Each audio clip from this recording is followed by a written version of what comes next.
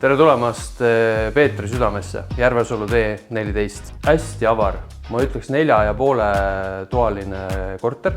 Korter on täiesti sisustatud, kõik, mis te siin videos näete, kõik jääb sisse. Ta on varustatud väga korraliku köögiga.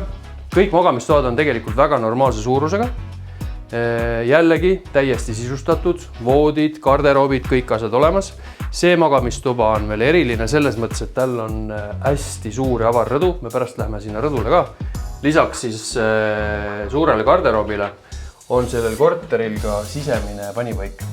Loomulikult korteri juurde kuulub ka eraldi panipaik nullkorrusel, aga siin korteri sisemine, nii-öelda soe panipaik. Rõdu 14,6 ruutmeetrit, hästi suur, avar ja lai.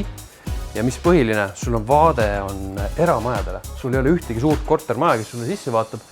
See annab mõnusa privaatsustunde ikkagi juurde. Iga korteri juurde kuulub siis ka veel 2 kindlat parkimiskohta. See on tõkkepuuga suletud hoov.